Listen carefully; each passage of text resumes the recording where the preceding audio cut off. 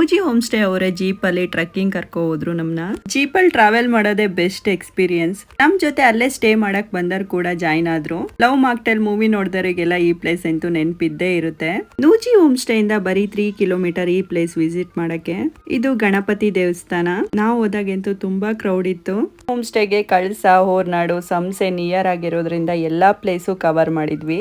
ನಾವು ದಿನ ಮೈಸೂರು ಒಂದ್ ಫ್ಯಾಮಿಲಿನೂ ಹೋಮ್ ಸ್ಟೇ ಮಾಡಿದ್ರು. ಎಲ್ಲ ಒಟ್ಟಿಗೆ ಜೀಪ್ ಅಲ್ಲಿ ಎಲ್ಲಾ ಪ್ಲೇಸ್ ವಿಸಿಟ್ ಮಾಡಿದ್ವಿ. ಪ್ಲೇಸ್ ಎಲ್ಲ ಹೋಮ್ ಸ್ಟೇ ಇಂದ ಜಸ್ಟ್ 1 ಕಿಲೋಮೀಟರ್ ಇದೆ ಅಷ್ಟೇ. ಪ್ಲೇಸ್ ಮಾತ್ರ ಸಕ್ಕದಾಗಿತ್ತು. ಪೂಜಿ ಹೋಮ್ ಸ್ಟೇಗೆ ಹೋಗೋ ರೋಡುನು ಅಷ್ಟೇ ತುಂಬಾ ನೀಟ್ ಆಗಿದೆ. ಹೋಮ್ ಸ್ಟೇ ಪಕ್ಕದಲ್ಲೇ ಒಂದ್ ನದಿ ಹರಿಯುತ್ತೆ. ಅಲ್ಲೂ ವಿಸಿಟ್ ಮಾಡೋಣ ಅಂತ ಹೋದ್ವಿ. ಇಲ್ಲಂತೂ ಟೈಮ್ ಹೋಗಿದೆ ಗೊತ್ತಾಗ್ಲಿಲ್ಲ.